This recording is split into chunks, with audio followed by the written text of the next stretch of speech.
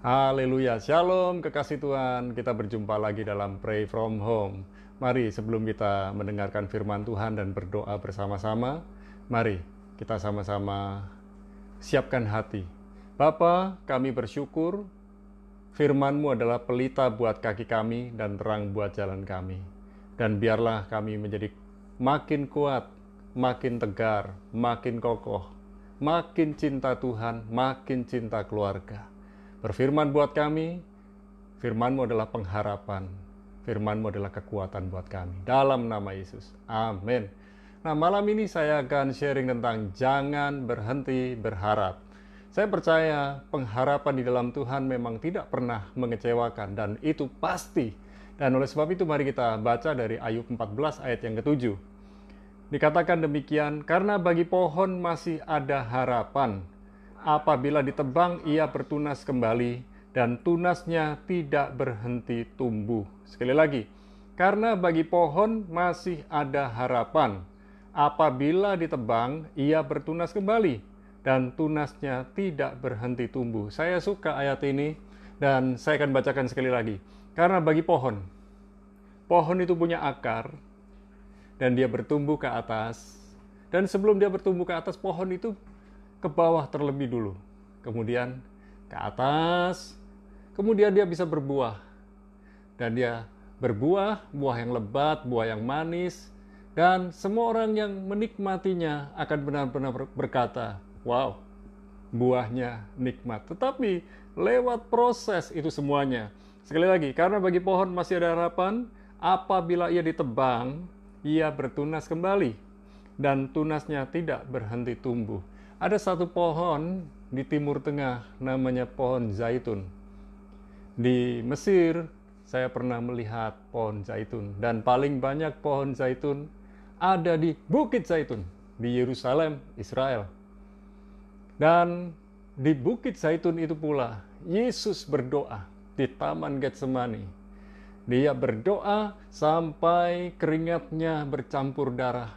Saya yakin Yesus betul-betul bergumul. Yesus benar-benar berdoa. Dan ada tekanan yang demikian rupa. Ada stres. Karena apa yang dilakukan oleh Yesus benar-benar sebuah pilihan. Pilih mati atau pilih hidup. Tapi Yesus pilih mati. Dan karena kematiannya kita diselamatkan. Dan ternyata kematian Yesus itu hanya 3 hari. Bukan selamanya. Bagi iblis, kematian Yesus merupakan kemenangan. Tetapi yang namanya iblis itu lupa bahwa Yesus itu Tuhan. Dan ketika yang namanya iblis itu mengetahui bahwa Yesus bangkit kembali, ia kalah. Dan ia mencoba untuk menipu saudara, memperdayai saudara, dan iblis berusaha mengajak saudara masuk ke neraka. Oleh sebab itu mari kita belajar dari sebuah pohon namanya pohon zaitun. Pohon zaitun termasuk pohon abadi. Kalau dia dipotong, dia akan bertumbuh. Dan pohon zaitun itu bertumbuh ke sebelahnya. Jikalau suatu hari saudara pergi ke Bukit Zaitun, di Taman Getsemani, di tempat di mana Yesus biasa berdoa. Di situ ada pohon yang masih ada sampai sekarang. Pohon itu diperkirakan dengan teknologi karbon usianya sekitar 2000 tahun. Usianya sekitar sama seperti di zaman Yesus pernah ada di Yerusalem. Nah, saudara yang dikasih Tuhan, artinya pohon ini kuat, pohon ini berakar kuat, bertumbuh ke atas dengan kuat. Demikianlah pengharapan. Kalau kita punya pengharapan di dalam Tuhan, maka pengharapan itu adalah pengharapan yang kuat. Sekecil apapun pengharapan itu, kalau kita menaruh pengharapan itu di dalam Tuhan, maka pengharapan itu akan naik ke atas dan sebelumnya berakar ke bawah. Sebuah pohon yang berakar ke bawah, dia suatu hari juga akan naik ke atas. makin ke bawah mencari air, mencari sumber air kehidupan. Yesus adalah sang sumber air kehidupan. Dan ketika mulai naik ke atas, sebenarnya itu merupakan persiapan. Berakar ke bawah, itu adalah persiapan untuk naik ke atas. Hari ini ketika saya ngobrol-ngobrol dengan Samuel khususnya dan dengan Budian dan Shalom, bicara tentang kehidupan. Banyak orang berbicara mengenai hal moral. Dan kami bercakap-cakap, kemudian pada akhirnya kami mengambil kesimpulan. Ketika kita mendengar pengajaran-pengajaran tentang moral, pengajaran tentang moral, pengajaran-pengajaran tentang berbuat baik, berbuat kebenaran, namun kalau hati kita tidak siap menerima taburan firman itu, maka hati kita tidak bisa buat apa-apa. Oleh sebab itu, malam ini saya mendorong kekasih Tuhan, siapkan hati. Benih firman seperti apapun yang masuk ke dalam hati kita, asal itu benih firman Tuhan, maka benih firman kebenaran. Disampaikan dengan cara apapun, yang namanya benih kebenaran tinggal di hati yang benar, maka dia akan berakar kuat, bertumbuh ke atas dan berbuah lebat serta berdampak. Jadi pesan saya, mari siapkan hati. Kita mau hati kita diubah. Hati manusia pada dasarnya keras, susah dibentuk. Dan ternyata kelemah lembutan adalah sikap hati yang mau dibentuk. Sikap hati yang mudah dibentuk.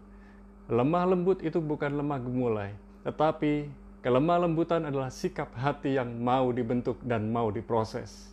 Siapkan hatimu, siapkan hati kita, siapkan hati saudara untuk siap dibentuk oleh Tuhan. Dan benih firman Tuhan bukan hanya berisi tentang pengharapan. Benih firman Tuhan berbicara tentang kebenaran. Dan Yesus adalah sang kebenaran. Yesus mau saudara berubah. Yesus mau kita semua berubah. Yesus mau kita berubah dan berbuah. Berbuah lebat, berbuah manis. Dan malam ini, sekali lagi, kalau pohon masih ada harapan. Ketika dia ditebang, ketika hidup kita ini dipotong orang lain, dipangkas, bersyukur. Karena tujuan pemangkasan itu adalah pemurnian. Ketika kita dimurnikan, kita dibersihkan, tujuannya supaya kita berbuah lebat, berbuah manis. Lihat, ranting-ranting yang kering, yang tidak berguna harus dipotong. Kehidupan kita yang tidak berguna, yang melakukan hal-hal yang sia-sia, harus dipotong, harus dibersihkan. Tahun ini, mari kita punya sikap hati yang benar. Kita jaga sikap hati kita. Kita jaga karakter kita. Kita punya karakter Kristus yang nyata dalam kehidupan kita. Dan saya percaya, orang yang punya karakter Kristus dan sikap kerajaan Allah, dia akan bertumbuh ke atas. Sekalipun dipotong, sekalipun ditebang, dia akan tetap bertumbuh. Dan saya percaya, orang benar yang hidup dalam kebenaran, yang mengandalkan kebenaran, yang selalu berjalan dalam kebenaran, dia akan melihat pertolongan demi pertolongan dari Tuhan. Haleluya. Mari kita berdoa, tetap berharap, tetap kuat di dalam Tuhan. Haleluya. Kami bersyukur, kami berdoa bersama para kekasih Tuhan. Hari-hari ini yang sedang putus asa, yang sedang lemah, yang sedang loyo, yang sedang ketakutan, Tuhan jamah hatinya, Tuhan jamah hidupnya. Dan kami berdoa, yang sedang mengalami sakit, dimanapun mereka berada, yang ada karantina mandiri, yang ada di rumah sakit, yang ada di rumah, yang menyendiri bersama keluarganya karena mereka mengalami COVID-19. Kami berdoa buat keluarga Buati dan anak-anaknya, serta cucunya, serta orang yang ada di rumahnya yang sedang mengalami COVID-19. Tuhan memberikan kesembuhan, memberikan pemulihan. Kami juga berdoa buat kekasih Tuhan yang lain, Ama Maria yang sedang ada di Singapura, yang hari-hari ini menunjukkan progres kemajuan kesehatannya. Kami bersyukur. Dan kami percaya sebentar lagi akan pulang dari rumah sakit. Demikian pula kami berdoa buat Pak Daud yang ada di Surabaya. Tuhan menjamah penglihatannya dan menjamah sakit diabetesnya. Dan kami juga berdoa buat Pak Slamet yang ada di Jajak. Tuhan memberikan kesembuhan dan pemulihan dari stroke-nya.